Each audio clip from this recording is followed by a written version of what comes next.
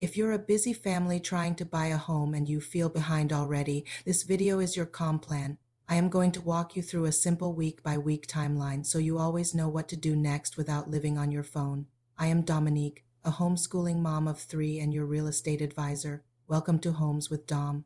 Buying a house feels like a full-time job you don't have time for. Between work, school drop-offs, and just trying to keep your life together, how are you supposed to manage 100 different emails, documents, and decisions? It feels overwhelming, but it doesn't have to be. Today, we're breaking it down into 5 simple phases. You'll know exactly what to do each week, and just as importantly, what you don't need to worry about yet. This is your roadmap to a calm, organized home buying journey. Let's dive into phase 1. Get ready. This whole phase should only take 1 or 2 days. The first step is to decide on your must-haves versus your nice-to-haves. This is crucial. I want you to pick a maximum of 3 absolute, non-negotiable must-haves. Is it a certain number of bedrooms? A specific school zone? A one-story layout? Limiting it to 3 prevents you from chasing a unicorn and keeps your search focused. Everything else, like that gorgeous kitchen island or a 3-car garage, goes on the nice-to-have list. Next, you're going to pull together a rough budget, and I don't mean the maximum amount a lender will approve you for. I mean a comfortable monthly payment that won't make you sweat every time the mortgage is due. Look at your real life expenses and decide on a number that feels safe and sustainable for your family.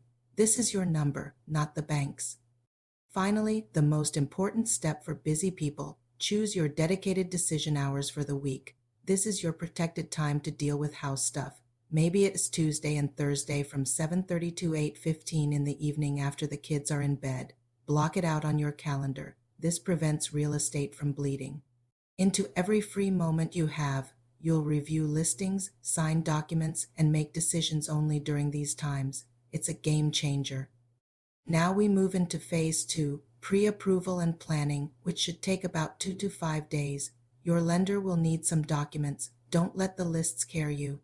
It's usually straightforward. You'll need proof of income like pay stubs and W-2s, proof of assets like bank statements, a form of ID, and a list of your current debts like car loans or student loans. Gather these during one of your decision hours. Next, you'll pick a loan type. There are many options, but don't get lost in the weeds. Your lender will guide you to the best fit, whether it's a conventional FA or VA loan. Your job is to understand the basics of the one you choose, not become an expert on all of them. Once you have that pre-approval letter in hand, it's time to build your search filters. This makes your online searching so much more efficient. Use your must-haves to set up your search. Define your non-negotiable location boundaries, your maximum commute time, and your school priorities. Also, decide on your tolerance for an HOA or homeowners association. Are you okay with one? Does it have to have a pool? Or are you strictly looking for no HPOA? Especially here in Central Florida, HOA and CD fees can vary wildly, so get those documents and fees up front. It can significantly impact your monthly payment. Phase 3 is the fun part: touring homes and making an offer. This phase typically lasts 1 to 3 weeks. Here's my rule for busy families: tour a maximum of 3 homes per outing. Any more than that and they all start to blur together, leading to decision fatigue. Stick to your top contenders to help you compare them logically. Create a simple scorecard. On it, rate each house on a scale of 1 to 10 for things like layout, commute, overall condition, the estimated monthly payment. This turns an emotional decision into a more objective one. When you find the one, it's time to make an offer. The price is important, of course, but so are other terms. Pay close attention to the appraisal. Contingency, the inspection window, how many days you have to get inspections done, and the closing date. A closing date that aligns with your own timeline, like the end of a lease, can make the offer more attractive and your life much easier. Congratulations, your offer was accepted. You are now in phase 4, under contract. This phase lasts about 2 to 4 weeks. First up is the inspection. Your inspector will give you a huge report, but focus on the big ticket items: the roof, HVAC system, electrical, and plumbing. These are the systems that can cost you a lot of money down the road. While that's happening, start getting insurance quotes immediately. This is so important, especially in Central Florida. Insurance costs can dramatically swing your monthly payment, and sometimes a home can be difficult or very expensive to insure due to its age, roof condition, or location in a flood zone. Knowing this early gives you the power to renegotiate or even walk away if the costs are too high. Ask about wind mitigation credits too. A newer roof or hurricane shutters can save you a lot of money. During this time, the lender will also order an appraisal to confirm the home's value, and you'll go through underwriting. Underwriting is just the lender's final, detailed check of your finances. You'll mostly be waiting. But be prepared to provide any updated documents they request quickly. This is a great task for your designated decision hours.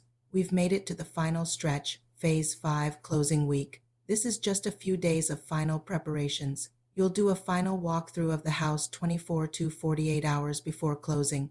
Your goal is to make sure the home is in the same condition as when you agreed to buy it and that any negotiated repairs have been completed. You'll also arrange to have your closing funds wired to the title company and set up your utilities to be transferred into your name on closing day. Don't forget that one. Then comes the best part. You sign the final papers, you get the keys to your new home. One last tip, pack a first night essentials box with things like toilet paper, snacks, chargers, and basic tools so you're not scrambling on your first night. Buying a home when you're already juggling a million things is a marathon, not a sprint. But with a clear plan, you can move through the process calmly and confidently without sacrificing your sanity or your family time. You just proved you can do it. If you want my one-page calm close timeline that summarizes everything we talked about today, it's free. Just comment the word calm below and I'll tell you where to grab it.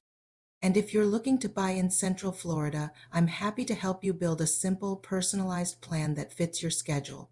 Thanks for watching, and I'll see you in the next video.